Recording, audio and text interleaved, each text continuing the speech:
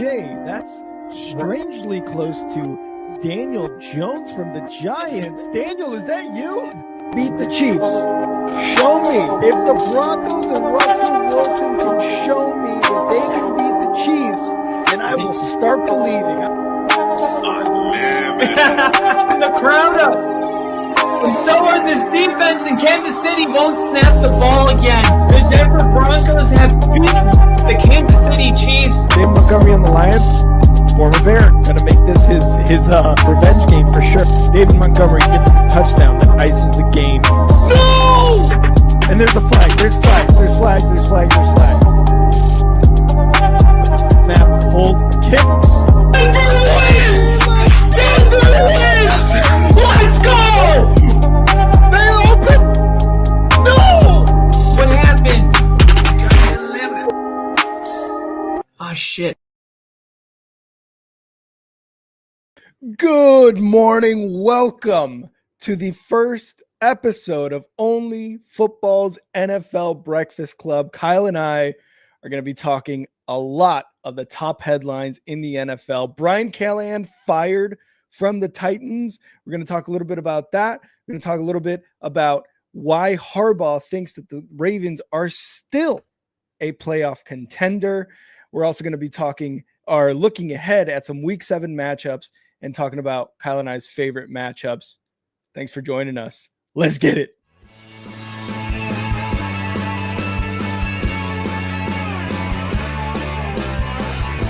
America is football. America is football. Football is America. And if you don't like it, you can kiss your candy ass. For the moment in time, I don't give a damn. Oh my God! No! You loved it. 30 to 27. No! Chiefs win. Chiefs No! win 30 to 20.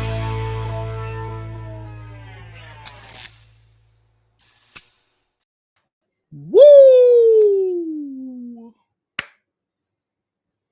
Oh, Kyle NFL froze. Breakfast Club. I'm Kyle and that's Rick. I'm Rick. Let's go. There it is. We got some really good stuff to throw at you today. Week 6 is in the books. Mhm. That comes with a lot of storylines. We're going to cover a lot of ground today. Some good, some bad, some indifferent. But we're going to start off with one that is really close to home. Not my emotional home, but my physical home. Yep. Brian Callahan is just fired yesterday. So just is relative, but just fired yesterday. And look, it had to happen. It had to happen. Bryce Callahan. I guess if there's just one thing I had to say to justify this whole thing, it would be that the guy they fired, remember Mike Vrabel? He was the guy that was winning Coach of the Year and going to AFC championships. That guy has as many wins with the Patriots this year than Brian Callahan has in the last 2 years. Vrabel didn't coach last year. Like, that is absolutely insane. And I think, the temperature around here is like whatever it takes to win. We're just tired of being ass. And this is a results-driven business. And if you don't win, or you can lose, but you have to show improvement a little bit once in a while. You can't just be, the same amount of ass for 2 years straight. And that's what the Titans have been. Like, let's just face it. They're just a terrible team. Whenever you're just getting beat the way they're getting beat every single week, like, it has to come down to coaching. I mean, the buck stops with coaching. That's how it's supposed to be. It's like, okay, you're getting 28 penalties or 20 penalties a game. Like, that's on coaching. And it's just, there's so many things we could talk about, but Tennessee fires Callahan. Obviously nobody was shocked by this. Yeah. But at the same time, like, it is early in the season. What was your immediate takeaway from Callahan being fired? It was honestly, like you said, I wasn't necessarily surprised, but when you see the news like that, you're just still like, oh my God, right? Like, there's still a bit of like a shock, surprise sort of thing. And that was kind of my reaction was, oh my God, they actually fired him and it's week 6. Right. And kind of what you're saying, it is a bit early, but we've got to remember and you said it best yesterday on the Monday Night Football live stream, they haven't improved like at all this season. There was no signs of improvement because even with a rookie quarterback, a second-year head coach, and a roster that isn't necessarily, the one of the ones that you're looking at and being like, yeah, that's awesome, right? It still needs some improvement over time. The defense looked good at moments, but they can never play a full game to be considered or to be considered an improved defense. The offense definitely has not improved one bit. They're still dropping passes. Cam Ward is still trying his best. The offensive line has given up sacks. There's a lot to look at this Titans team and be like, why wasn't this done? Honestly, maybe even a little bit sooner, because time and game again, you don't see any sort of improvement. And just to kind of cement that no improvement, the Titans scored 83 points this season. They have only scored 83 points this season. The Bears scored 40 in week 3 against Dallas. So to only score 83 over 6 games, I mean, just like Cam Ward said, if we're keeping it a buck, they're ass. They are ass right now. And there's no improvement. We've seen it all. So Brian Callahan getting fired, honestly, it's a good decision, and they're going to be making their senior offensive assistant Mike McCoy the interim head coach, and he's had some experience being the Chargers head coach from 13 to 16. Yeah. So there's some experience there on McCoy's part. It says senior offensive assistant for the Broncos. No, for the Titans. Okay. No, I'm pretty sure Mike McCoy was our offensive coordinator, and then he was promoted to head coach, but with the Chargers. Yeah. And then that failed, and I didn't know he was with Tennessee. He's just one of those guys that kind of got lost in the big picture for the last 8 years. But the one thing I'll say, and we'll move on about the Tennessee thing, is coaches, when you get the number 1 overall pick, usually it's because you've been a really, usually you have a lot of dysfunction to get that pick. Tennessee, they get Cam Ward with it, and it doesn't produce right away. And we saw just a year ago, Jaden Daniels take his team to the NFC Championship. And the year before that, we saw C.J. Stroud take his team to the divisional round. And I think the expectation is now like, oh, these quarterbacks are more ready than ever. They just expect the immediate results right away. And it's like, no, like that was an exception. And it's hard to tell people that because an exception happened right after that. And it was like, oh, you had 2 exceptions in a row. Like maybe the game's just changing and these players are coming out more pro ready. But like you see Cam Ward, and I don't know anybody that's been watching football that actually works in the NFL media that says Cam Ward's not the guy. So, the fact that they feel like they have the guy, and they're still losing all these games tells you that they have a lot of issues. Because usually if you have competent quarterback play, that can win you at least half your games. And in Tennessee's case, it isn't. But they also played Denver. They had to play the Rams. I was going to say, you saw him firsthand with the Broncos, and even you complimented his poise and his ability to get the ball out quick enough, Yeah, and they played the Titans, the Rams, the Broncos, or no, the Texans, the Rams, Texans. The Broncos. So right there, I mean, those are 3 playoff teams, and then week 5 they had to play they had their bye week. Oh no, they played the Cardinals, and hey, they got their first win. They played their first bad team, and they won. You know, so. Sometimes, too, when you look at these early season firings, strength of schedule sometimes gets the better of the head coach because it's like you're not going to compete with the Rams, the Broncos, the Texans. Like you're just not there right now to win those games. But yeah, it's the worst 23 game start for any Titans coach in history. That's so bad. 4-19 is going to be his overall record. Finished last in the AFC South, earned of course, that number 1 overall pick, and then tied for the worst record. He started 0-3 for a second straight year. First back-to-back 0-3 start since 1983 when they were the Houston Oilers. This is like uncharted territory of bad for the Tennessee Titans. And like, they're just hoping whoever comes in, they got a GM that came from the Chiefs. The GM's still there. And the one thing he saw the Chiefs do and Andy Reid is build a really good coaching staff. So whoever gets hired next, it's going to be dependent on their ability to recruit and who they can bring in to coach this team. Kyle, without looking at their next matchup in week 7, do the Titans win their first game after Callahan's fired? Without looking at who they play? Yeah.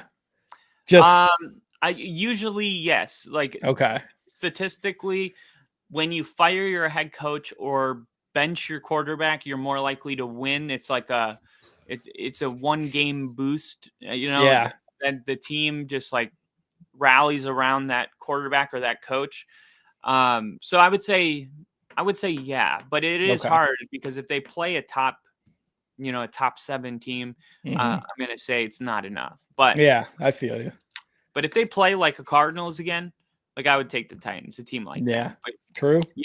So that's pretty much all I got here. But third fewest total yards in his whole tenure. That's 32nd in the league, dead last. Passing yards per game, 150. It's just not good. None of it is. There's not even one thing that you could look to if you wanted to save this man's job and say, well, at least he's doing blank right. And that one thing doesn't exist. It's hard to find anything. right. There's nothing there. But the guy that they fired, and I was very much against this Mike Vrabel firing. I didn't like it. I still don't like it. But I said I wanted the Bears to bring Vrabel in. I was like, I know you guys want Ben Johnson, and it's working out for you guys. But I felt like Mike Vrabel was what the Bears needed. It's like sometimes you have wants and needs. You want Ben Johnson, but you need Mike Vrabel. You need somebody to come in and set a culture. Yep. And of course, the Bears went with Ben Johnson. The Patriots, on the other hand, they went with Mike Vrabel, and the Patriots are only the number 2 seed in the AFC right now. Drake May is playing like a top 10 quarterback. Yeah, I said last year, and I'm going to get a lot of pushback for this, that he looked like the closest thing to Josh Allen that is in the NFL. Ooh. And I just see it, like the height, the way he plays. He's not afraid to kind of like, he's got a big arm, like he throws the ball downfield. And is it possible that the Patriots were sitting there going, we need our own version of Josh Allen. We're in the division with him. We need somebody like that. And they've played their first game. The Patriots won on, what was that, a Sunday night football game last week? Yeah, against the Bills. Patriots, Bills, yeah. Yeah. Monday night, Sunday night football, yeah. And now the Patriots are, being considered like one of the hottest teams in the AFC. Mike Vrabel just got here. They seemingly are getting better every single week. What do you make of the Patriots' success? Drake May, like, what do you think about everything going on in Boston right now? Yeah, it's exactly what you said, man. It's Mike Vrabel coming into that facility and being like, I have played under Bill Belichick and the Patriot way culture. I have coached a Titans team with a quarterback that nobody believed in, Tannehill, brought him back into the mix as one of those quarterbacks that you look at and you're like, wow, Tannehill is doing really great. Derrick Henry, that whole AFC leading team, they got to the AFC championship game. They had really good success in comparison to what they were doing before, right? The Titans. So Vrabel comes in with a mindset of, I know how to build a team because not only have I coached it, but I've played in a team that was successful.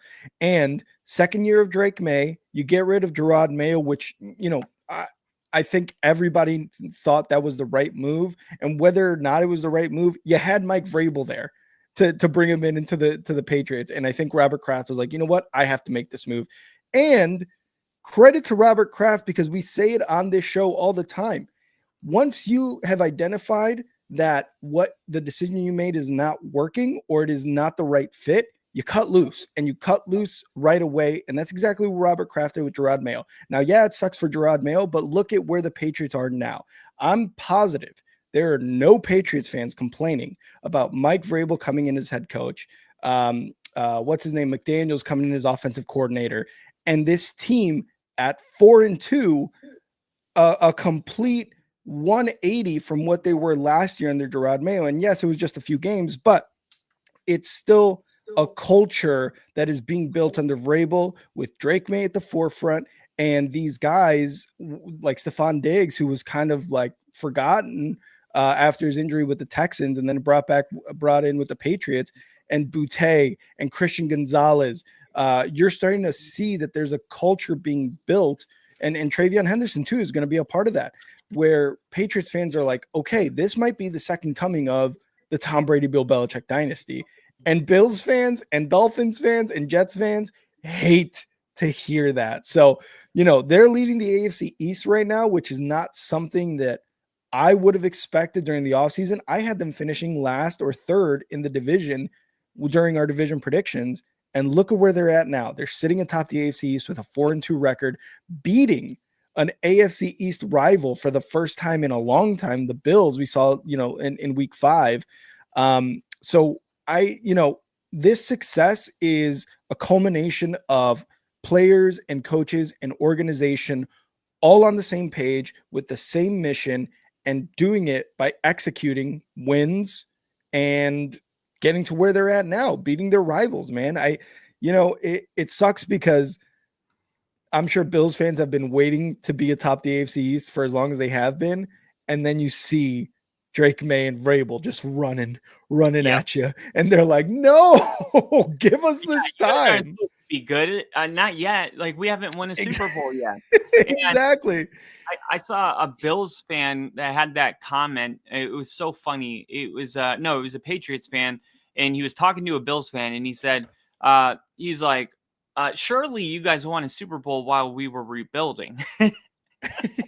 Yeah. And it's like, come on, right? They did not take advantage. I mean, They won a lot of games, but no hardware to go with it while the Patriots were rebuilding. And now you look at this team, they're second in EPA per play.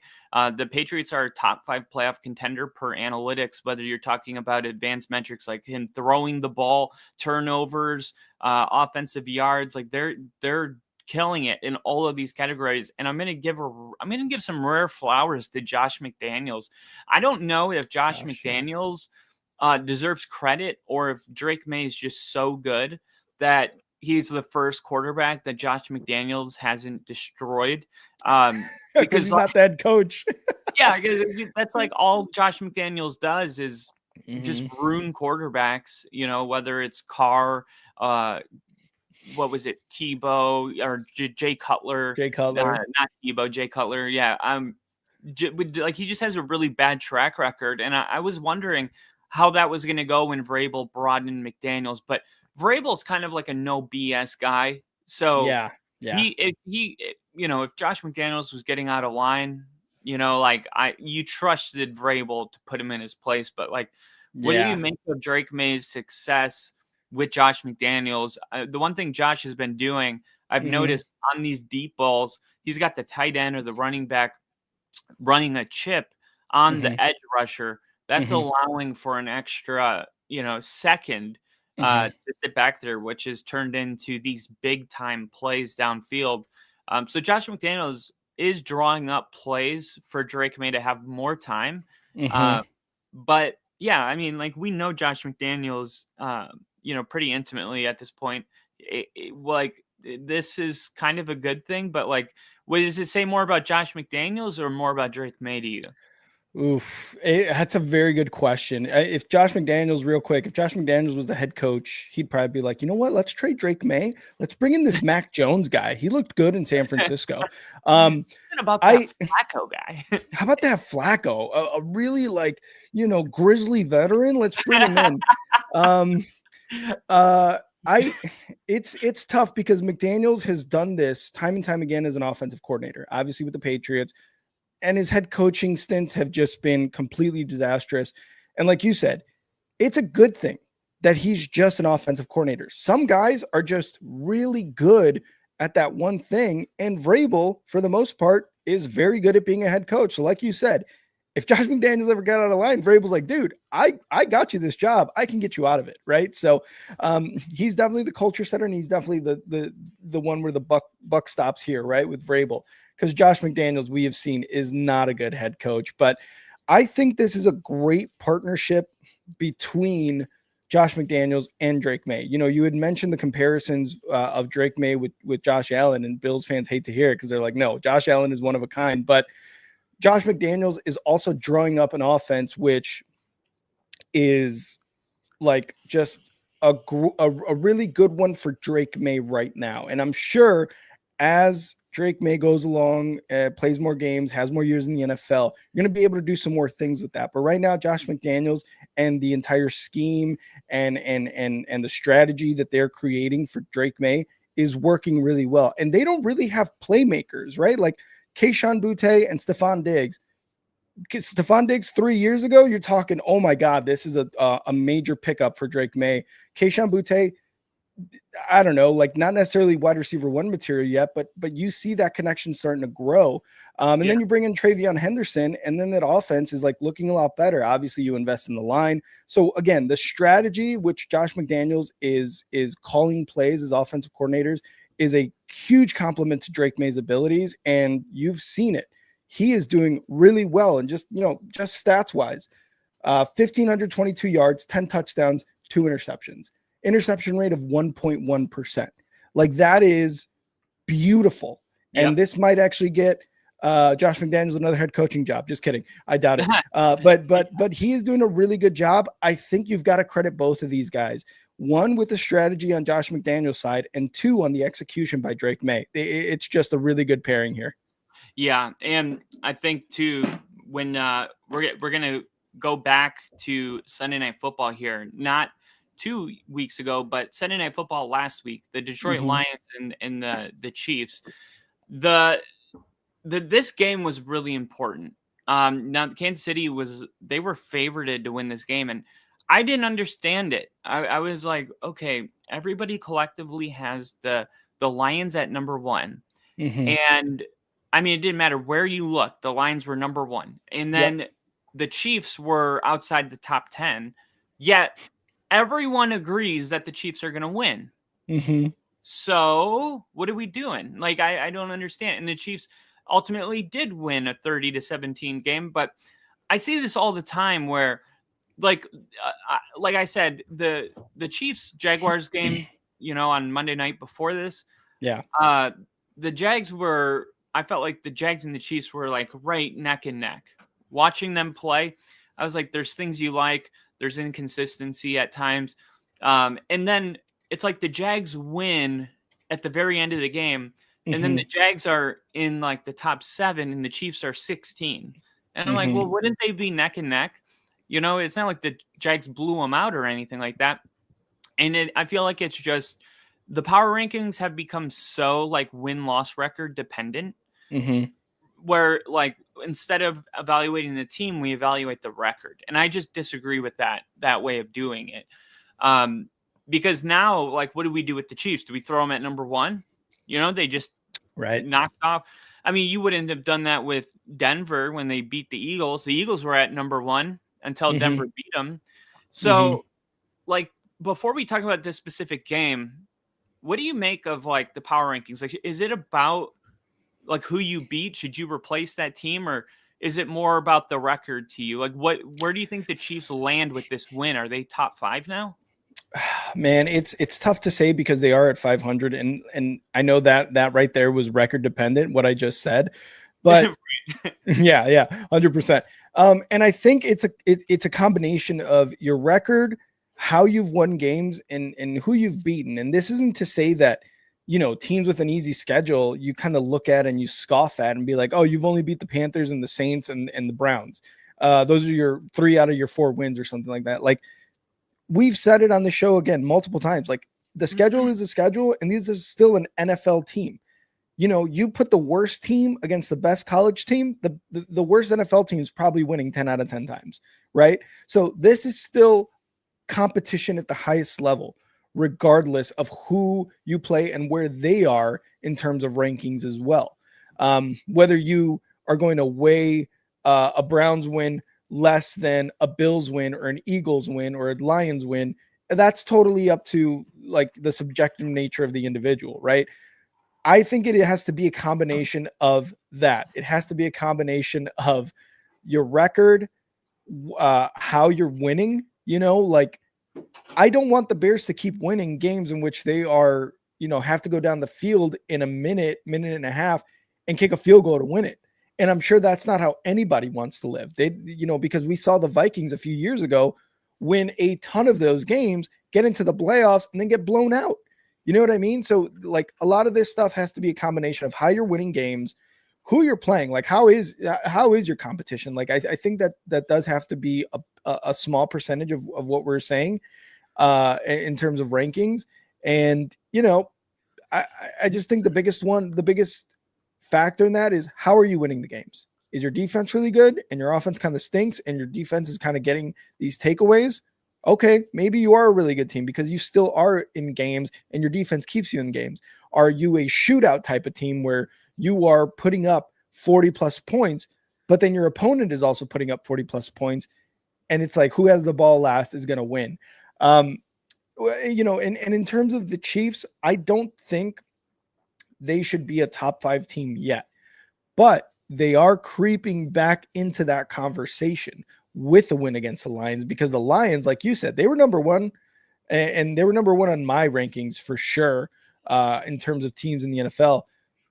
But the way they beat them, I think says a lot about the Chiefs and how I'm thinking they're back. I'm fully believing that the Chiefs are back. It's Mahomes, throwing for 3 touchdowns, rushing for 1, getting out of the pocket, able to make some plays. And it's the defense for the Chiefs able to stop a high-powered offense for the Lions, which again, we've talked about where we're like, are they going to be worse? No, they're the same offense. It just took a week to really get back to it for the Lions. So I always weird too.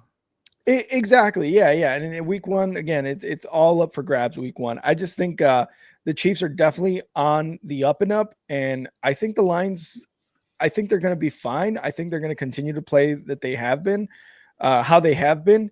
But they just met a Chiefs team that played better and honestly dominated the Lions in that game, 30-17, right? So I think it's a combination of things, but the Chiefs looked really, really good against that Lions team on Sunday night. Yeah, and this is another kind of turning point for the Lions, and it could go bad because we talk about like the way the Bears lost to the Commanders last year. With like, I think sometimes you have these like very emotional losses, and sometimes it's hard to just turn the page.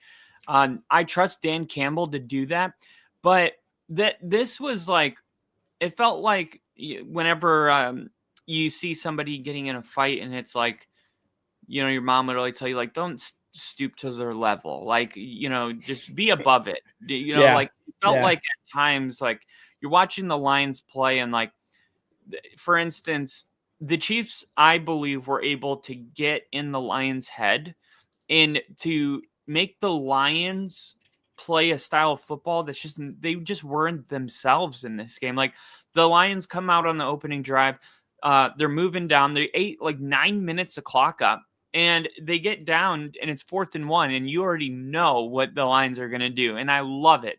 They're going for it. They run a trick play. It results in a touchdown, but then there's a flag because of the illegal formation. And then all of a sudden it's like, okay, the Lions are still going to go for it. The offense comes back out onto the field, but Jared Goff's just arguing with the ref about the illegal formation the entire time. And then they take a delay a game. And it's like, what are you guys doing? Yeah. You know what I mean? Yep. Like you're not even playing football. The play clock's going. This is not the time to talk to the ref. Like, the whole thing was just like a weird sequence of events, and then the game's over, and then Mhm. you have a player go punch another player in the face. Yeah, Like, and Brian he drew Branch. blood. Brian Branch gave Yeah. him a bloody nose. Was it Juju Smith It was Juju. I didn't know he gave him a bloody nose. Oh my god. yeah, unless it was Photoshop, totally possible in these day of the internet AI. and AI. But the picture I saw didn't look photoshopped. It looked real, but whatever. He punched him in the face with an open hand for what it's worth. That we've seen that matter in the past, whether the hand's open or closed. Um, Yeah. and it was open, but still, it's like Mahomes is saying good game to this guy, and this guy ends up hitting this other dude in the face, Juju, and then all of a sudden Mhm. Mahomes is in the middle of a brawl, and that could Yeah. have gone south quick. Like Oh yeah. Mahomes would have got hurt in that situation. Like I don't know what the Ooh. league would have done because that's their golden child. Like you don't hurt him. You had freaking Caitlin Clark in the booth. Like Yeah. the NFL, that the Chiefs are one of their biggest assets. Let's just Mhm. call it what it is. Like you're bringing Caitlin Clark into the stadium. Like that is just so good for the program as a company. As a Yeah. business model. So like that could have gone bad if Mahomes got hurt, which he was in the middle of this brawl. But Brian Branch, I don't know what's going on. And then Dan Campbell, who apologizes to the Chiefs, he Mhm. apologizes to the player, and then he apologized to Andy Reid. Branch 1 game suspension, $23,186 fine, and then there's Lions fans like, I don't want what happened to biting kneecaps off? Why are we apologizing now? We're soft. I'm like, he was talking about within the game biting Mhm. kneecaps off. He wasn't Yep. talking about going up after when you're shaking hands and biting kneecaps, like so Yeah. I Being a little baby after a loss, like that's not yeah, the that's all Dan that is. Campbell culture.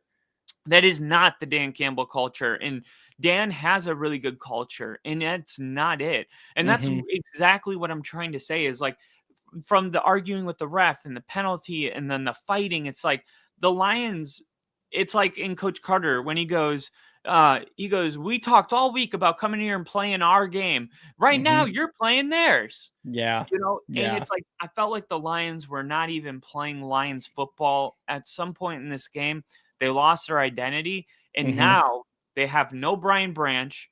They have Mhm. this bad feeling with this loss, and here comes Tampa Bay. And Yeah. you wonder, okay, now if they lose this game, all of a sudden this team that we all had at number 1 Mhm. is a game above 500. And it's very possible with the way Tampa's playing, because when you watch Tampa play, like they know who they are. But can the Yep. Lions get back on track? What did you make of the Lions Chiefs game? I know you just kind of told me with the power rankings thing, but just real Yeah. quick, like quick takeaway from that game.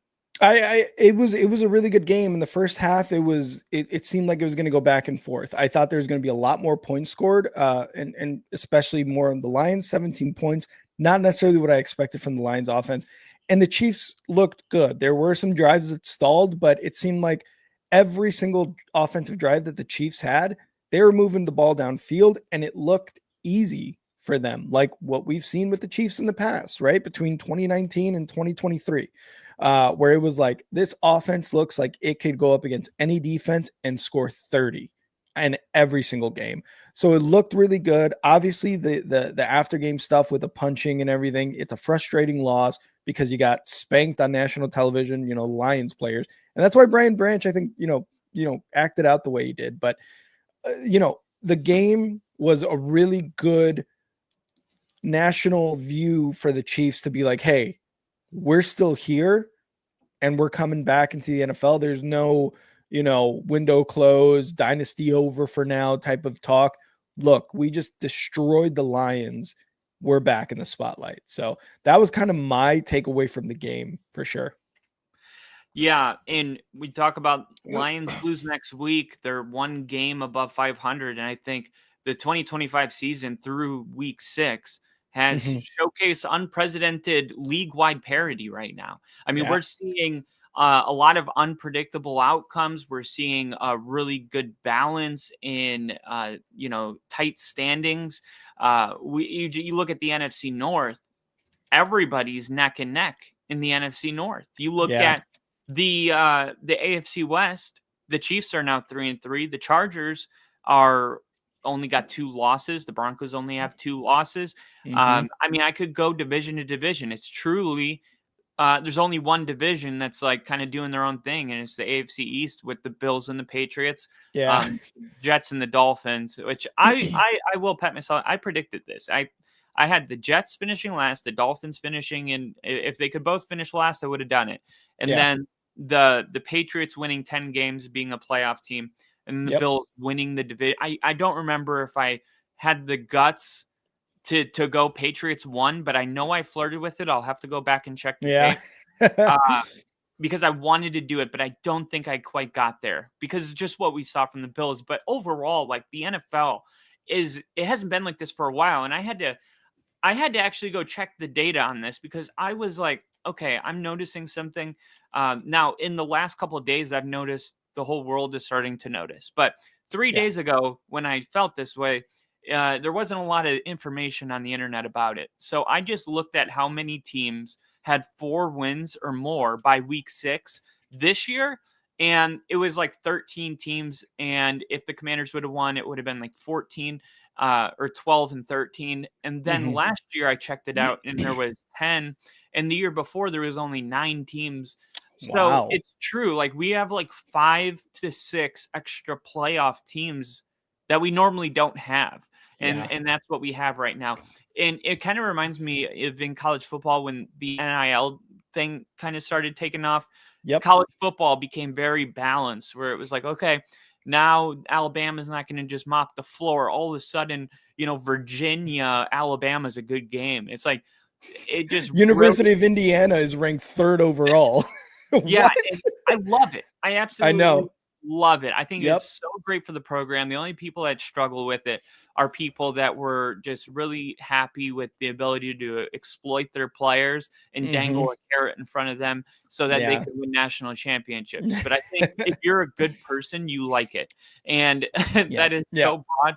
But, and trust me, I was a guy that was like, well, they are giving the players something. They're giving them a free education at, Yeah. University of Florida.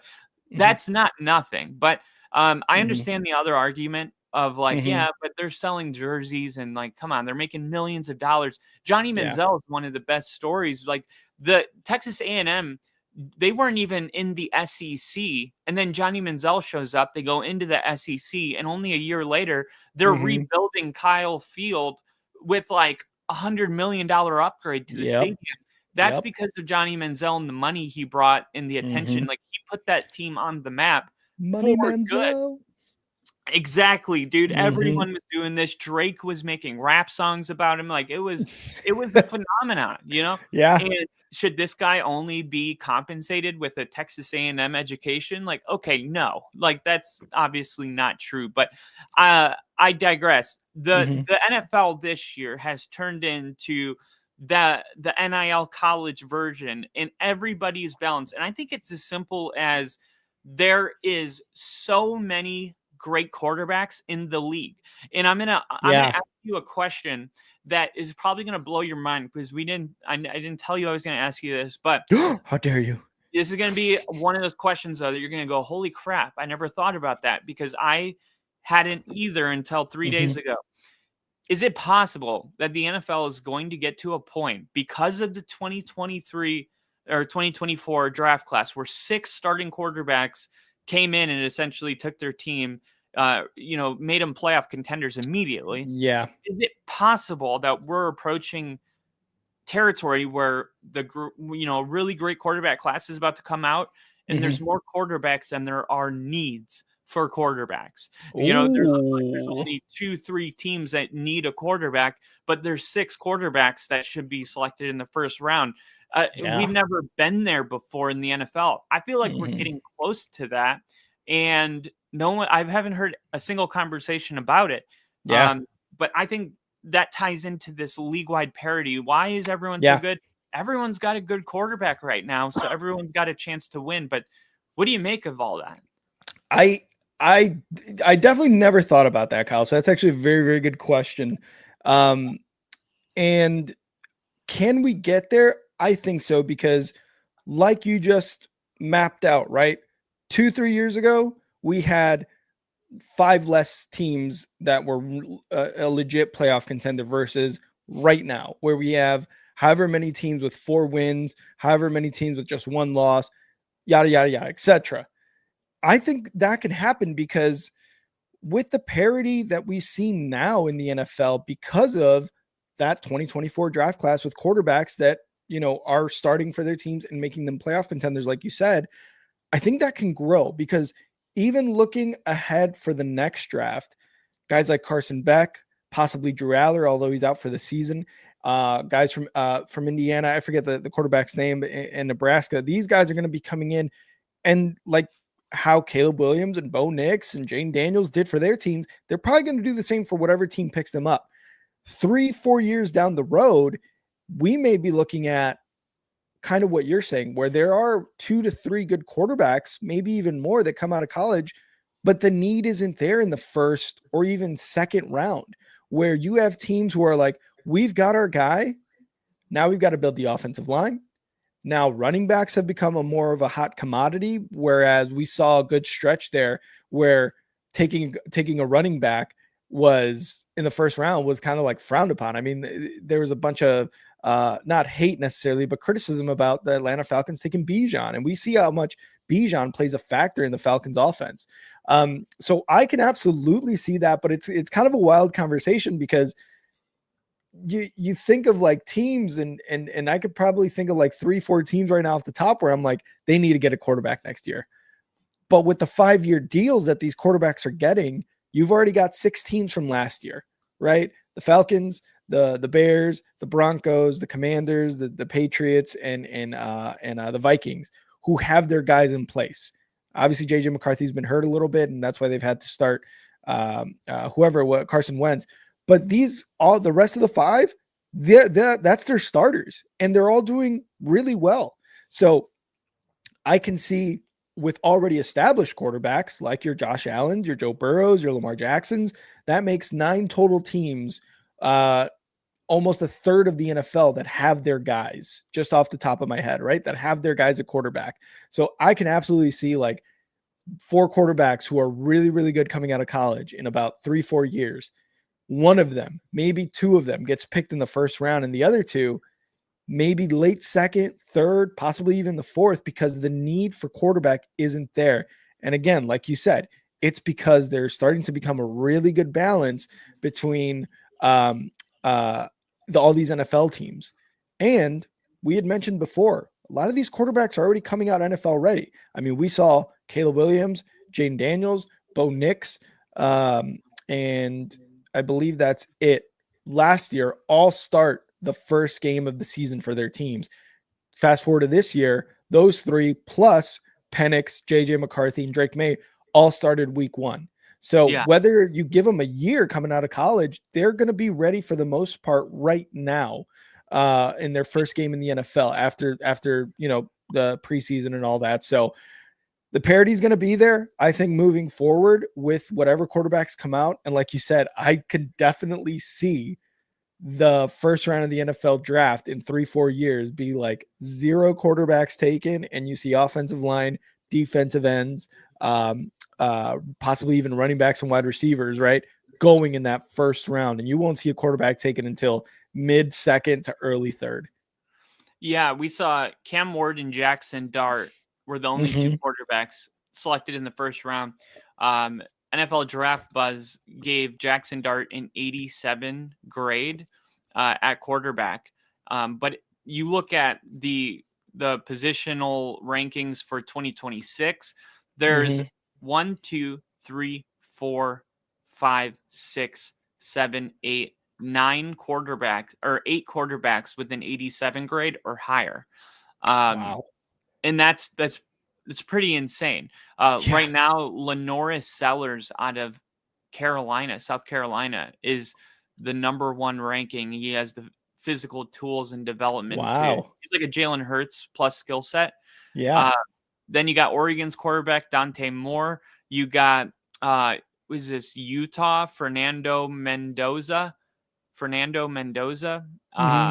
West Coast system. Then you got Oklahoma's quarterback, John Madeir, and then Jaden Maeva from USC, and then LSU's. I've seen LSU's quarterback. This is a big boy. He's 6'1", but he feels a lot bigger on the field. Damn. And then Arch Manning at 7, and he's had an off year. Yeah. Real quick, like have you been keeping up with Arch Manning and seeing like everything going on with that?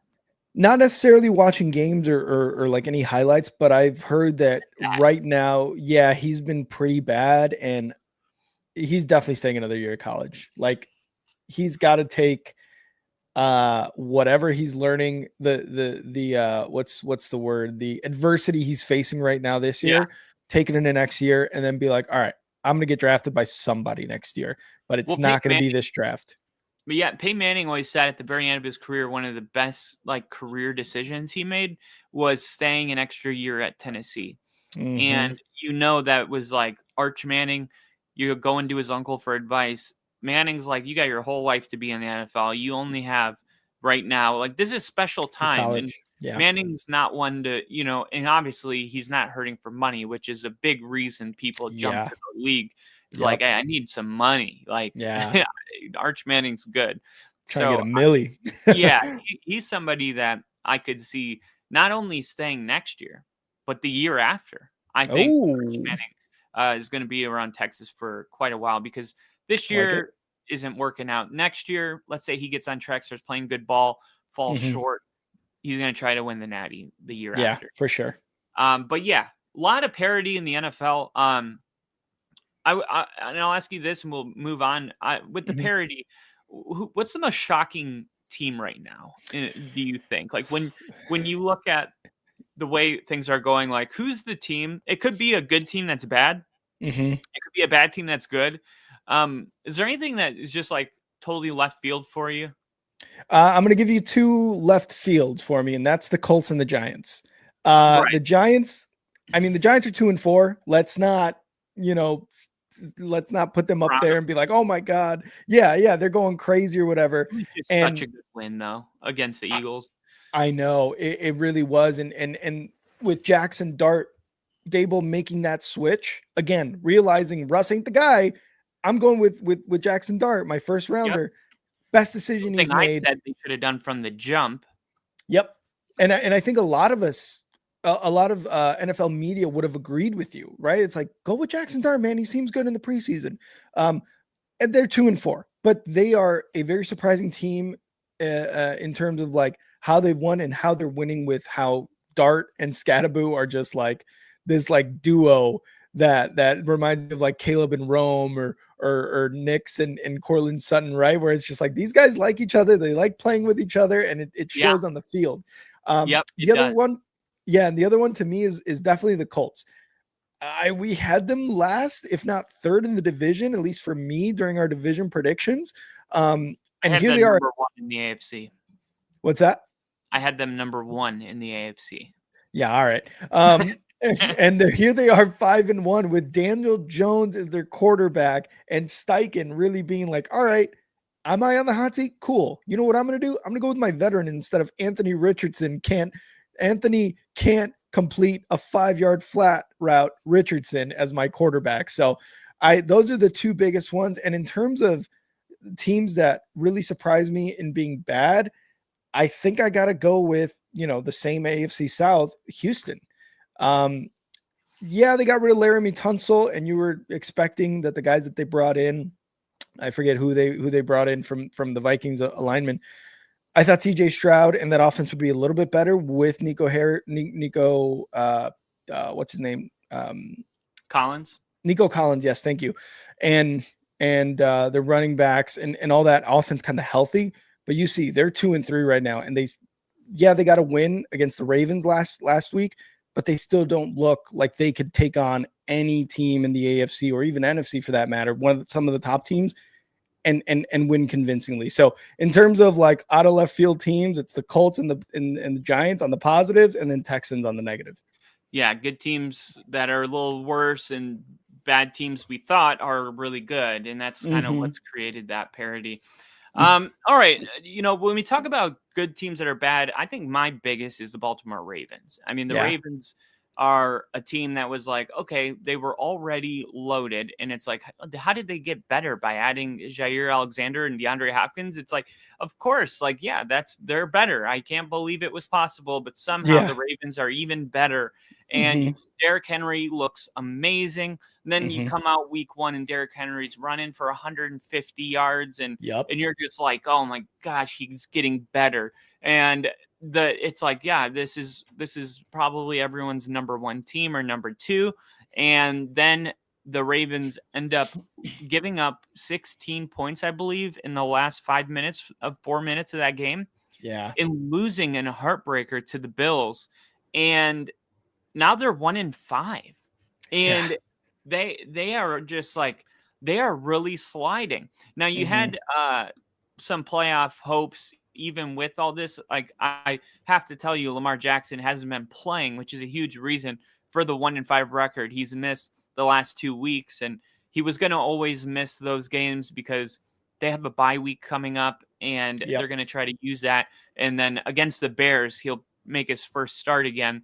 But we're seeing this Ravens team in a bad place. And then Harbaugh says he believes that the 1-5 Ravens can make the playoffs, leaning hard on Lamar Jackson for a turnaround. And he said, and I quote, "Our focus going forward and what we can accomplish for the next 11 games is try to earn our way to the playoffs," which obviously, as it was pointed out last night, has not been done very often with the record we have, but we still believe we can do it, the coach said Monday. And, I don't think it's that crazy. Like, now, I understand it's something that's been, very, very rarely has it been done. Actually, since 1970, only 4 teams have made the postseason after starting 1-5. You got Washington in 2020. Now, they were 7-9 and won their division, so let's just throw that away. But then the other 3, you got the 2018 Colts, who finished 10-6, actually, second in their division. In 2015, the Chiefs, they were 1-5. They finished 11-5. And then 1970 is the last one. The Bengals, 8-6, one division. Oh, wow. I mean, you got 2 division winners at 8-6 and 7-9. There's really only 2 like real examples. It's the Chiefs and the Colts who were able to turn their season around 1-5, and then they won every game for the rest of the year. And then the Colts were 1-5, and they only lost 1 game for the rest of the year. That's the kind of revival the Ravens are attempting to do. The question is, like, is John Harbaugh crazy for thinking it's possible? But we know what Lamar looks like when he's at the top of his game. And I think as unlikely as the numbers and the analytics tell you, when the Ravens have Lamar Jackson, they're going to be a favorite to win all these games anyway. The real question is, like, the margin of error is 0, and can they walk that line and get to the other side without dropping a game or 2? And Harbaugh talking about Lamar, like, really leaning heavy on him, dude. Lamar's fine. He's going to do what he needs to do to win games. Right now, I think the biggest concerns are, what is your defensive scheme? And why are you guys 31st or 32nd in major categories in terms of rush yards, pass yards allowed, points per games allowed, total defense? They are coming off their best defensive performance of the year. Yeah, 17 points. Yeah, but the Rams are a really good offense. Like, I'm just saying, like, they're maybe in the right direction defensively, maybe. I hope so, because like, they're still, like, even though that was a really good game, the only time they've allowed less than 30 points in a game so far this season, and it took 6 weeks for that. If you can build off of that defensively, okay, the arrows are pointing up. You're getting Lamar back here in a week or so. Arrows are pointing up, and you got Derrick Henry, who rushed for 100 yards for the first time this year since week 1 on Sunday Night Football. So you're starting to get these struggles kind of sorted out, and maybe kind of what you're saying, after this loss, this good loss, I guess we'll say, against the Rams. That's why Harbaugh's saying the things he's saying. But I don't know if his comments necessarily need to be focused on Lamar. Yeah, Cooper Rush isn't a guy who's going to get you to the playoffs, but when Lamar comes back, like the confidence in Lamar should be sky high. This guy's won multiple MVPs, has been in the running for more MVPs, and has taken your team in the playoffs and has finally won playoff games with his skill set. I think the real focus needs to be on the defense and getting your guys healthy, honestly, and figuring out why you're not able to get Derrick Henry in the end zone on short yardage goal line plays, whatever it is. What's up with that offensive line? Do we need to make a change? Do we need to shuffle some guys around? Something like that. But I don't, you talked about the comebacks for a lot of these teams. And I said the Ravens are not going to make the playoffs because they're 1-5 right now. Yeah, they're getting Lamar back, but they need a tremendous type of comeback because even when the Bills were in a similar situation a couple of years ago, their record wasn't 1-5. If my memory serves me correctly, they were probably like 2-3, 3-3, something like that. They were losing games that they shouldn't have, but they weren't in such a hole like the Ravens are. Now, Harbaugh, obviously going to have all the confidence in the world with his guys. I just don't know if that's going to be possible because looking at the losses, Buffalo, Detroit, Kansas City, and the Rams, those are all perennial playoff teams. Like if we're being honest, right? If we're keeping it a buck, those are playoff teams, and the Ravens are ass right now. Yeah, it's going to take a lot more than just we're leaning heavy on Lamar to get you back in the playoff race, even the division race. It's going to take a lot of what are we doing defensively and how can we get our guys healthy? And again, what can we shake up to possibly really, really think about playoffs by week 12, week 13? Like, how do we have to maneuver things in order for 5 games before the season's over? We are in the hunt and thinking about playoffs. Yeah, couldn't agree more. Turning the page to a struggling team, Aaron Glenn. Aaron Glenn in the game that we just saw in London, it's kind of a weird one. First off, I want to apologize on behalf of all of America for putting that football game on your. I feel bad for you guys. I'm sorry that you guys had to go there and witness that. On the other hand, that's my uncle's favorite type of game. Like when I see a game that's like 3-6. Oh, when I grew up, that was a great game. We want the fireworks now, but there are some people out there that can appreciate the type of game that was played on Sunday. Most can. Me, not one of them. But Aaron Glenn, I don't think a lot of people know Aaron Glenn. They know he was the defensive coordinator for the Lions. That's pretty much all they know. I wanted to throw in this little tiny paragraph here so you guys listening can know this about him because I think it's important. Aaron Glenn, who's 53 years old, he's a former first-round pick for the Jets. He was a shutdown cornerback for the Jets. He earned 2 Pro Bowls in 97 and 98, and he's tied for second in franchise history with 24 interceptions. He retired in 2008. His last season was with the Saints. And then he scouted for the Jets in 2012 to 2013, where he was drafted.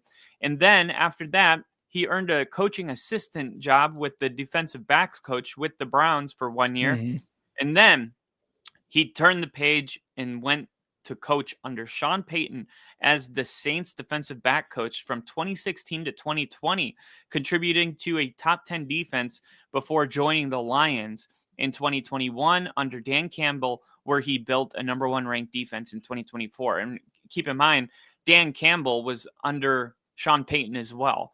We talk a lot about the Kyle Shanahan tree, the Sean McVay tree. Sean Payton has a tree, and it's just now begun to really branch out. We're seeing Dan Campbell and then all of the staff that was under him getting head coaching job. This is a Sean Payton tree, and that's why Aaron Glenn and Sean Payton, they have a real relationship. And when he was asked, Sean Payton, about the Jets and Aaron Glenn and what to make of it. One of his comments was like, it takes time to build a culture. And, when you get a head coaching job, you're going to a place where you didn't pick any of those players. Yeah. You maybe had one draft. That's it. And now you got maybe. Yeah, maybe. And then you got 48 other players that you didn't hand select. It's like the Bears with their penalties, Liam Cohen with the penalties. It's like, why can't they just coach this out? And those guys are like, because these players keep committing penalties. I didn't select these guys. Yeah. They were just there when I got there, and I'm trying, but some people just, that's why I went to drafted this particular player, because he committed this many penalties in college and you guys didn't notice, So there has to be a little bit of grace we give to brand new head coaches. And at the same time, this is such a results driven league, as we talked about earlier with Brian Callahan being fired. But I thought when I watched the Jets game, I thought they were showing a lot of fight. Defensively, they were playing really good, but Aaron Glenn with clock management, it just seemed like he was kind of like over his skis on a lot of things. Like the sequence of events to close out the first half was terrible. It reminded me of Nathaniel Hackett, just like Aaron Glenn kind of confused. Justin Fields didn't know what to do. The clock's running out. Are you trying to score? Are you trying to make sure Denver doesn't get the ball back? Like they weren't really sure what they were doing. And Denver was just sitting there like, okay, we're going to wait for them to make a move so we can determine, if we want to call our timeouts or not. Because if they're going to be aggressive, we'll hold them. And it's like the Jets never made a move. And it was like, okay, that's the end of half. Like everybody went to the half confused. And through week 6 now, the Jets are 0-6. They're the only winless team. They're on pace to join just 4 teams that have been 0-6 or worse. You got the 0-7, 0-14 Buccaneers. And the Lions were infamously 0-16. Yep. And that was like a big deal. I remember that year. I think that's how they got Matthew Stafford, if I'm not mistaken. But I believe so, yeah. The Jets are they're in a bad place. They're the first team in history to lose first 5 games without forcing a turnover. They haven't, offensively, they haven't had any turnovers. They've been protecting the football. But 11 flags in week 5 loss to the Steelers. They're just, there's a lot of stuff that needs to be cleaned up. And remember when Dan Campbell got to the Lions, they were 0-7. they were 0-7 and they kept losing in heartbreaking fashion. And then the page finally turned and the team started winning games. I'm not ready to be like, yeah, Aaron Glenn's not the guy. And I know I gave the Jets a lot of crap when I said they fired a defensive coach, brought in another defensive coach. Like, but no, I don't believe the sky is falling. I don't think there's any reason to panic yet. Ownership is always preaching like patience for the long-term contention. And then we see these knee-jerk reactions where you can never get a system in place because you're always bringing in new people. And it's like, it's really hard to build a culture that way. So I think the Jets need to give him 3 years just because of how bad this team. I mean, look, on paper, this team shouldn't be bad, right? They should not. You look at these guys and you're like, so what is it? And everyone points to ownership, right? It's like, okay, why is everyone good when they leave the Jets? Sam Darnold's good when he leaves the Jets. Aaron Rodgers and the Steelers, that was Aaron Glenn's first decision, get rid of Devontae Adams and Aaron Rodgers. So there's a lot here, but what do you make of Aaron Glenn's 0-6 start?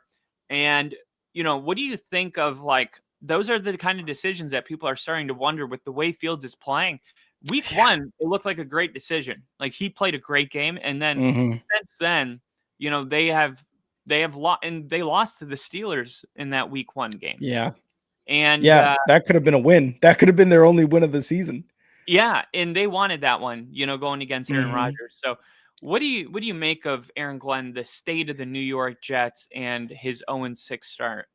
I would say, it's a first-time head coach, like you said at the very top. It is a team that is not necessarily built in his vision, and he made those decisions about Aaron Rodgers and Devontae Adams very early into being a coach, into being the head coach there for the Jets. The thing that bothers me the most right now about Aaron Glenn is his inability to make the change that needs to be made. And it's the obvious one, and it is Justin Fields. I'm not saying Tyrod Taylor is going to be this magician all of a sudden where you see Daniel Jones and you see Mac Jones like doing extremely well, years removed from their prime, I guess you could say, or when they were expected to really be good.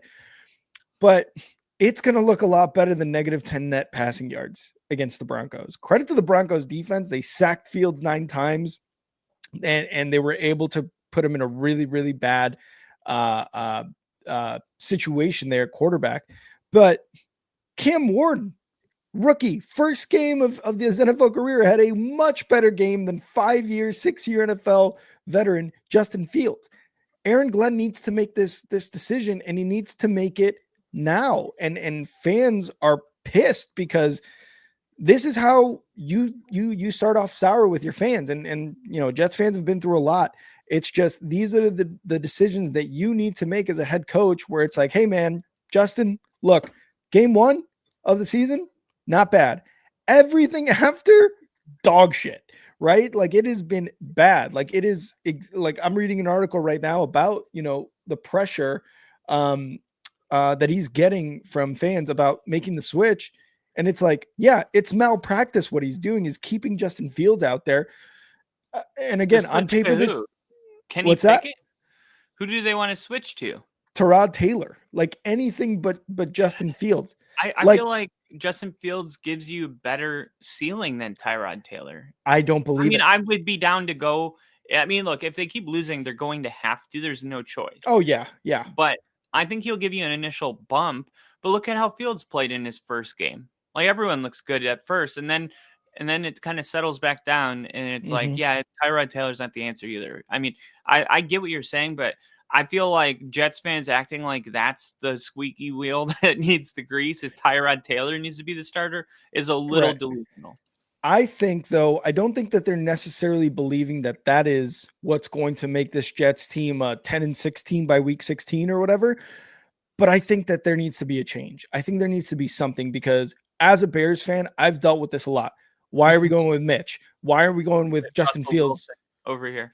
Yeah, exactly. Right. Like, why are we going with Andy Dalton instead of Justin Fields in his first year, right? His rookie season. Like, let's see what we got. Right. And it's frustration. It's the coaches not wanting to look like, oh, I got to backtrack on my decision.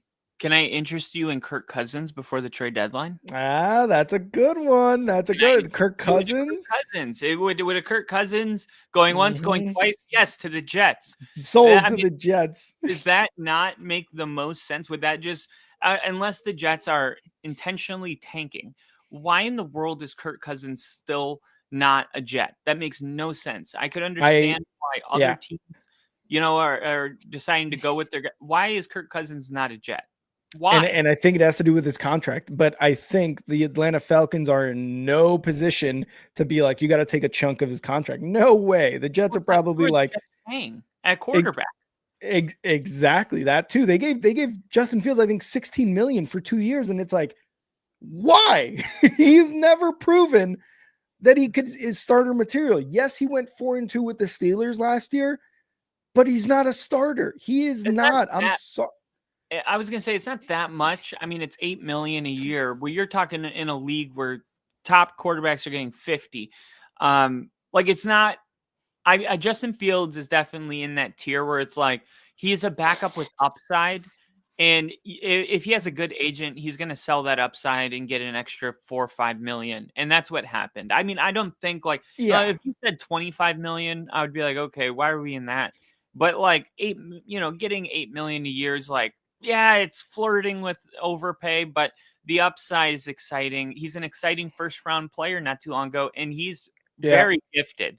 I mean, when he's athletically, yes, very. He just gifted, can't. Yeah. He's just really bad at staying in the pocket, and I was seeing some film about that, and it's like similar to when Caleb Williams didn't throw to Monangai in that 2-point conversion last night. As soon as Monangai turns around, throw the ball. As soon as Garrett Wilson on that like it was the last minute of that game against the Broncos. Soon as Garrett Wilson broke on his route on a 7-yard out, first down out, whatever, Fields should have thrown it. Instead, he throws it very late, which is what he's done all of his career. And Hufanga was able to make a play on the ball. Even if Garrett Wilson catches that ball, Hufanga's going to give him a hard hit. And he might have even stayed in bounds with how much time Hufanga had to get to the ball in that situation. That is Justin Fields' problem ever since he joined the league. He has not been able to anticipate like an NFL quarterback should. And can we blame the Bears? Probably, yeah. Yeah, he doesn't see the field well, and then he obviously doesn't have it with the clock management. When they asked Sean Payton after that game about Glenn's decision to let the clock expire on 4th and short before the end of the first half, and he goes, "Yeah, we were waiting for either a Hail Mary or something. That's unusual." And if the opposing coach is like, "What are you doing, dude?" It's like, "What are you doing?" Yeah. And Sean was like, "Hey, we know what kind of defense we have. Like, we're." I will say this, Sean is, fans are concerned with how you win games. Sean's not. He's so willing to just be like, oh yeah, we're going to play this kind of game. We're going to run it on 3rd and 10. Yeah. I'm okay with punting it. They can't score on this defense. And it's exactly. Yeah, the game within the game. But the Broncos do that by choice. The Jets had no choice. That's just who they are. You know what I mean? That is just who they are. And I can, again, I've dealt with inept coaching, inept management for so long as a Bears fan, where I'm just like, the Jets have probably been dealing with it longer. At least I've seen a playoff game in the last 10 years. Yeah, pretty much the whole life, right? Whereas the Jets have not, and they are 3 years removed from a league best defense, hope in Zach, what was his name? Zach Wilson as a quarterback. They're like 3-4 years removed from that. And then bringing in Aaron Rodgers and being like, oh my God, right? Like, we're here now. We can possibly do it. Like, they were number 1 at my power rankings going into 2024. Yeah. I had him at number 1. I'm like, this is a Super Bowl team. And I'm sure even in 23, when the first year of Aaron Rodgers was like, they're going to be a team to contend with. It's just now with Aaron Glenn, it is such a different team. It just seems like a lot of the wind has been taken out of their sails, and specifically players maybe, that I think, like you said, give Aaron Glenn 3 years. Okay. But I think the most important part, and what Jets fans I think really want to, is for Aaron Glenn to build the team in his vision, and then see if he can execute that vision in the next 2 seasons, not counting this one, because you're going to have to get rid of Fields possibly for next year. You're going to get rid of Breece Hall, maybe, next year, or maybe even this year at the trade deadline. You're going to get rid of guys that are veterans that have played really well on the Jets over the last few seasons that you're not going to see anymore. You're going to probably see a fire sale from the Jets and Aaron Glenn on a lot of the players, maybe Garrett Wilson, but I don't know. I'll see. We'll see about it, but I don't know, man. It's been a tough go for Aaron Glenn and the Jets. Yeah, 0-6 start. Definitely, they're a rebuilding team, but we've seen some flashes, a lot of costly mistakes. But I think they're going to be a tough go every week. But yeah, they got a lot of work to do. Aaron Glenn's defensive pedigree hasn't really translated yet. Yeah. All right, what's going on with Adam Rank? And I wanted to bring this up because every single week there's a couple games where you see that picture of a matchup and everybody has one team, and then Adam Rank, who's usually the third box, has the other team, and he is like, I don't know, he's right a lot of the time. Just to give you 3 quick ones, he had the Bears over the Commanders. He was the only one besides that guy that did it in a joking way with the 73-0. Yeah, he did that because I forget if it was the Super Bowl or a playoff. Yeah, the Bears had beat them in like the 40s or 50s or something like that. I don't know what it was. Yeah, he did that as like a callback. Yeah, exactly. But Adam Rank was like, No, I'm taking the Bears, like straight Hmm. up. And Hmm. then last week he had the Patriots over the Bills and the Broncos over the Eagles, Yeah. and he was the only one that does this.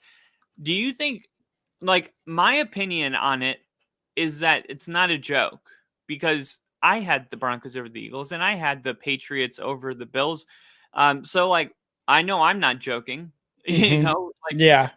sometimes I think there's a team that's kind of turned a page, and if you're not paying attention, which I got to say, I feel like a lot of the NFL analysts, they don't really watch the game. They just look at the box score and see, like, okay, what's the overall temperature? Like, okay, Bronco fans Hmm. are happy, they're not happy. Drake May's top 10. Like, they just go with whatever is like hot at that moment. But Yeah. I think sometimes there's a team that maybe doesn't have a great record, but you look at, like, oh man, they dropped 3 touchdowns. It was like the Hmm. Patriots against the Steelers, like they fumbled twice inside the 5-yard line, and they would have beat the Steelers. Now, had they beat the Steelers, then people would have took them to beat the Bills, but because Yep. they didn't realize, oh, they could have beat them. You know what I'm saying? Like, there's like, Hmm. sometimes people just lose in ways where you really beat yourself. And then instead of noticing that and being like, okay, let me just mentally put myself in a space where the Patriots beat the Steelers because they should have. Yep. How would I Yep. feel about this game now? I feel like Adam Rank is one of the guys that really does that. He really gives each team like an honest look and doesn't Hmm. just go with the yeah, who's the favorite? Let me just take that team. Popular choice. Yeah. Exactly. I like Adam Rank, and one of the because I didn't really hear about Adam Rank until about 2 to 3 years ago, and then last season he went into the season saying, I think the Broncos are going to be better than what everybody else is saying. A lot of people were saying that the Broncos were going to pick first in the NFL draft, meaning they're going to be the worst team in the NFL. I'm sure you saw that and you're like, there's no way, right? Oh, I have receipts. Kyle's got motherfucking receipts. But Adam Ring said, you know what? No, I think they're better. I think their players are on the defense are better. I think Cortland Sutton and Bo Nix or whatever it was at the time, I think they're going to be better. And look what happened. The Broncos went to the playoffs, had 10 wins, and Adam Rank is sitting pretty going, told you. And then you talk about the recent picks that he's had, Bears, Broncos, Patriots, and you're starting to think like, can this guy see in the future? Is this guy like a fortune teller, NFL, like fortune teller who's got a crystal ball and he's just saying all this stuff, right? Like, but he is kind of what you said. He's not necessarily just a guy that looks at the box score or goes on Reddit NFL pages and goes, yeah, no, they're going to lose. Yeah, they're going to win, blah, blah, blah. He, to me at least, thinks about the things that he's going to say, backed up by data, by what the how the players are doing, what the Oh, matchup looks like, things like that, right? To that nature. I think he takes a really, really good look at that stuff and then makes his decision off that. And there you go, 24-23 with the Falcons just yesterday, just last night. There you got go. this one, got That this one was one close. wrong. But yeah, That one was very close. and then had the Broncos, and it's funny because he actually said I was right in some sort of way, because I think he got the score right. I think he Oh, just got maybe, yeah. Maybe, um yeah. but yeah, I mean, he does this every single week, and Mhm. I just love it. And I just, there's nothing like or rank, because he had the Bears winning 30-27 yesterday. Mhm. Uh and he had the Falcons winning 24-23. And the Falcons ended up beating the Bills pretty good. It wasn't even a close game, and it makes you wonder, like, it makes you reevaluate when a game like Mhm. this happens. It takes everything and it just shakes it up, because you have Yeah. to ask yourself, like, are the Bills worse than we thought, or are the Falcons better than we thought? And the easy answer is always it's a combination of both. But that doesn't Mhm. help me next week. I need Yeah. like I need something more than that. And you just have to try to decide. It's like prime time in Atlanta. Maybe that's what caused it. But yeah, the Bills are coming off 2 losses, in a row right now, and Adam Rank was the only one that predicted it. So good on him. I want to talk quickly about it's the first quarter's over of the season. We've Yep. talked about teams that are bad that you thought would be good or thought would be bad or vice versa. A lot of reasons for bad teams being good or good teams being bad is because standout players either underperform or you have guys like Drake May who blow expectations out of the water. And we're going to talk about after the first quarter of the season, the award frontrunners for the NFL 2026 awards, which it's obviously the 2025 season, but I believe they give this out right before the Super Bowl. So that would be, I don't know, is it considered the 2026 MVP or the 2025? I think it's no, it's 2025 technically, but they're awarded in the next year. Yeah. I always get confused with that. Like the Super Bowl's in 2026, but is it the 2025 champion? So I think right away, your MVP is Baker Mayfield. Off the rip, yeah. Baker Mayfield is, I said it before the season even started that he was a candidate for the MVP award, and he has clearly played like an MVP throughout these games with the Bucs, man. There's times, and we've said it over and over and over again, like Baker Mayfield is playing like an absolute monster, and he is one of those guys that can take over a game if needed. We talk about your Josh Allens and your Joe Burrows and your Lamar Jacksons, even about players that can really take over a game if they need to, and how some of these younger guys are really starting to get into that mode where you can completely count on them to win a game for you. And Baker Mayfield is doing it, and he's doing it with the Bucs right now, and they're doing it in such a fun way and almost a dominant way. And it's almost unfair because you got Mike Evans on one side where he is just continuing his 1,000-yard season streak. And then last year, Bucky Irving emerges. And now this year, you got Emeka Egbuka, the rookie wide receiver from Ohio State, killing it. So Baker, not only do you have Baker's talents, but you surround him with a plethora of really good offensive players, and that just makes everybody else better. And his offensive line is doing a really good job for him. And they are, I believe they should be, they are leading the division, but I don't know, are they the one with 5 wins as well? They are. They're 5-1. Yeah. A 5-win team. Yeah. And so like the Baker is one of the biggest reasons as to why this team is where they're at right now. Yeah. And I would love to just agree with you on this because I think winning MVP, even if there's like a close other candidate, you got to be like this player that's captivating. And I feel like Baker Mayfield has been that, whether it's the jawing on the sideline with the fan before the Seahawks game, like you're going to be real upset at halftime. You're old. You're new. You're old. You're new. But God, I love it. I just want to inject it into my veins. Like I want a dose of Baker Mayfield in my coffee. Like I love his ability to get so emotional. We're like, and then, I'm not going to be hurt because this guy's taunting. Let me jump up and get in his face. And I've seen like funny shorts where it's like Baker Mayfield being hurt, but he can't because someone's celebrating, and he like just quickly stops being hurt. That was so funny. Dude, it's so hilarious. Funny. And the way he's getting these scrambles, like he's rolling out, getting these like insane, like he's putting his body on the line, like every single play. No Mike Evans, no Chris Godwin, no Bucky Irving, no problem.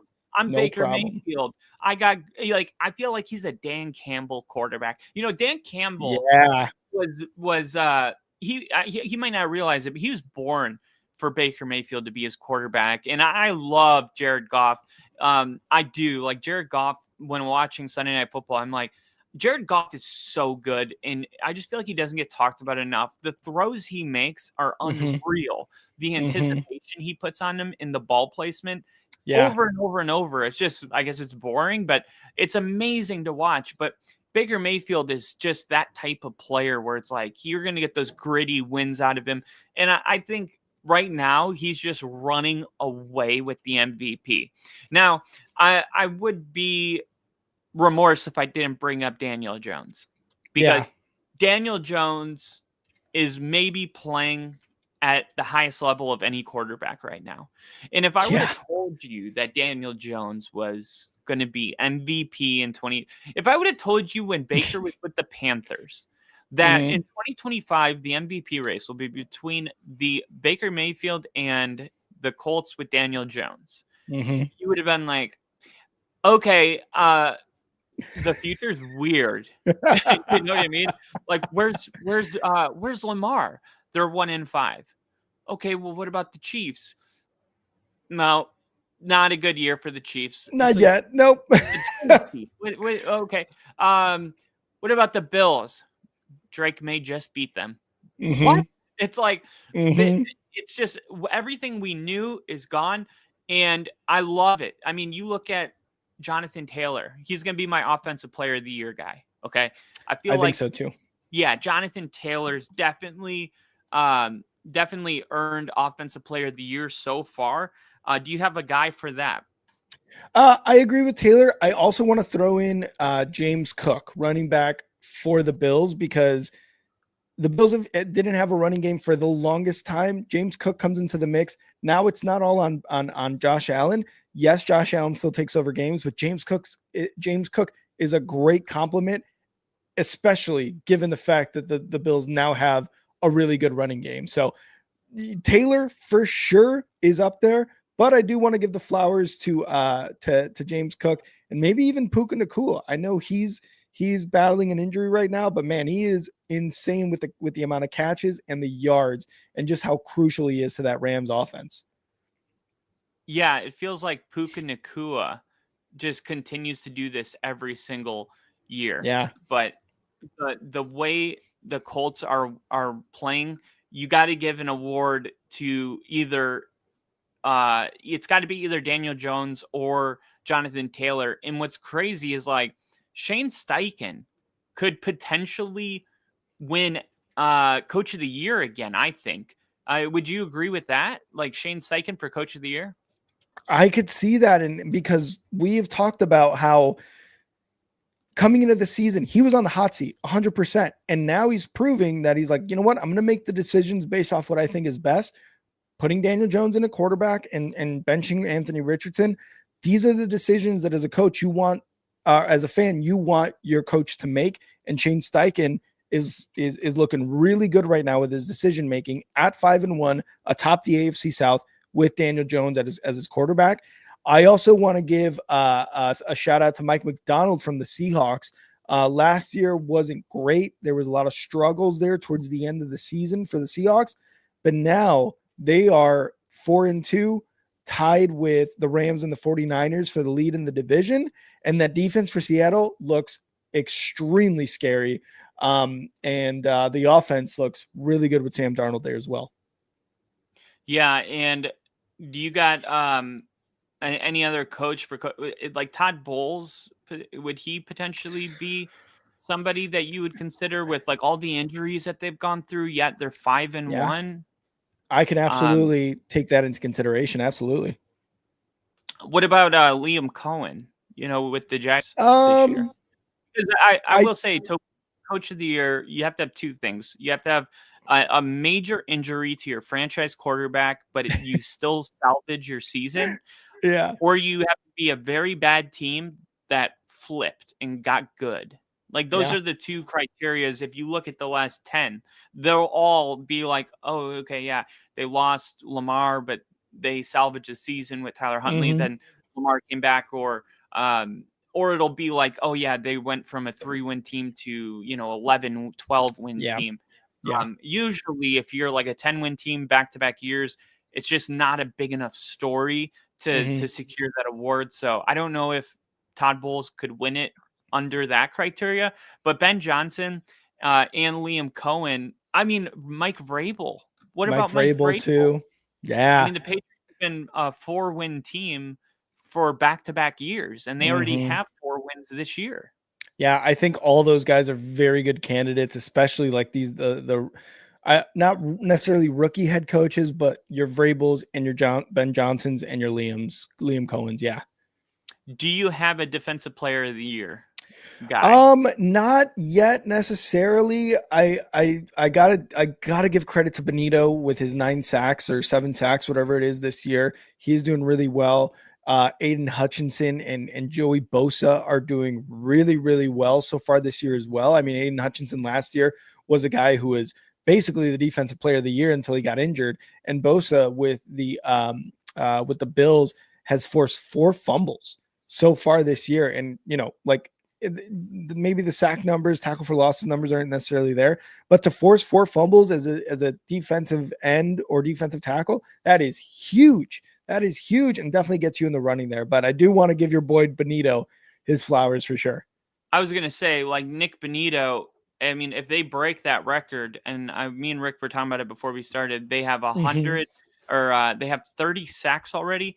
So they're on pace to break the record from the 1987 Bears.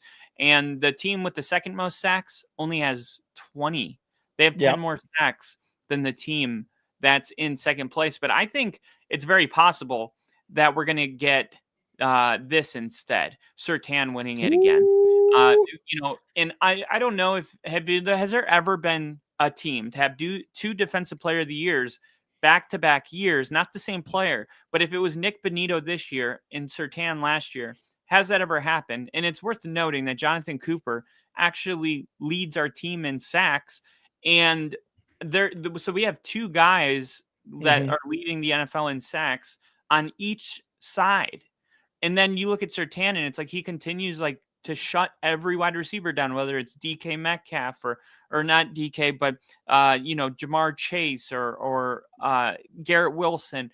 These guys are having like 2 catches for 20 yards on 10 targets. I mean, like the days of debating whether Sauce Gardner is better than Surtain, I think they're long gone. But do you think it's possible Surtain, if he continues to just play the way he's playing right now, Denver's only given up like 15 points per game, maybe even less. Last time I checked, they were second in the NFL. But do you think he could win it 2 years in a row? No, probably not. I gotta say, like it's hard not. To. I think 1, it's very difficult to win it 2 years in a row. I also think 2, not to shit on Surtain in any way, shape, or form. I think just because you hold top receivers to not great, to very mediocre games, I don't think that is as exciting as your defensive ends, your defensive tackles, your linebackers getting sacks, getting interceptions, getting tackles for losses. And again, this isn't to shit on Surtain in any way, shape, or form. It is just, I think that it's not as exciting. Yeah. And you want your Myles Garrett's, you want your Nick Bosa's, you want your Aiden Hutchinson's, the guys who are disrupting the game very obviously during games to win those awards. But that's not to say that. Yeah, no, I hate Surtain. That's not to say that. If he wins it again, I'll blow my. No, kidding. That's not to say that it was undeserved by any means either last year. I just think that Surtain deserved it. Absolutely. He got it. And I don't know if the NFL is going to do it again with a shutdown corner. If Denver leads the NFL in sacks, no, I'm sorry, let me rephrase this and make this a guarantee. If the Broncos break the all-time sack record from the Bears, there is an obligation to give the Defensive Player of the Year award to either Nick Benito or Jonathan Cooper. There is no other option. Like if those guys are big. If they break that record, that is a record that has been living since 1987. That record gets broken, there's no second place option. I'm being serious. Like there's not even, it's kind of like if a running back broke the all-time rushing yards record, like there would be no second place for Offensive Player of the Year. It would be a unanimous vote. The only reason Denver might not have unanimous if they break the sack record is because Jonathan Cooper might be getting some of the other votes. Like it's going to be that incredible. But Houston is only giving up 12 points per game. Denver in second place, giving up 15.8 points per game. Tough defenses. Going to win you a lot of games. And their last 3 games now, they're averaging only 10 points, giving up 10 points. So there you go. Looking ahead to next week, we have this is going to just be an early look. Who do you see? Like, what jumps off the page? I'll tell you right away. I'm looking at I'm looking at a couple things. The Patriots and Titans, because it's funny, the Titans now have to go play Mike Vrabel, who they fired, and now Vrabel's coming to Tennessee. Yeah, after they fired the coach they hired. Exactly. The day. So that's just like the perfect storm of I don't even know what to call it, but it's great. Whether it's revenge or whatever. Then you got the other one I'm looking at. There's two. Of course, the Giants after that big Eagles win, coming to Denver. That's a hard place to play, and I'm kind of excited to see who the Giants are because Jackson Dart is about to be under a lot of pressure, but we've seen how good he is with his legs. Is it possible he can escape some of these pressures? Denver's going to have gap integrity to make sure he doesn't squeak through some of those. But I think my game of the week is on par with the NFL. It's the Commanders and Cowboys. It's an old school rivalry. It feels like this one matters because the Cowboys have been just incredible. Defensively, they're terrible. They're giving up 30 points a game. But offensively, like I think Dak Prescott should be considered an MVP this year. And no one's really talking about him. I think if you and take out your number one wide receiver in CeeDee Lamb and give him Javonte Williams, it's like, okay, that like the fact that Dak Prescott's scoring more points than any team in the NFL and he doesn't even have his number one receiver, we have to do some major reevaluating of how we view Dak Prescott. Because if you don't view him as a top 10 quarterback, I'm going to just say you're objectively wrong. The numbers don't back it up. I get that you don't, the playoffs and look, Jerry Jones is running a clown show in Dallas. He won't let his coaches draft their own players. He is constantly micromanaging everything. And yet, over all of the odds, Dak Prescott has brought stability to a place that doesn't deserve it.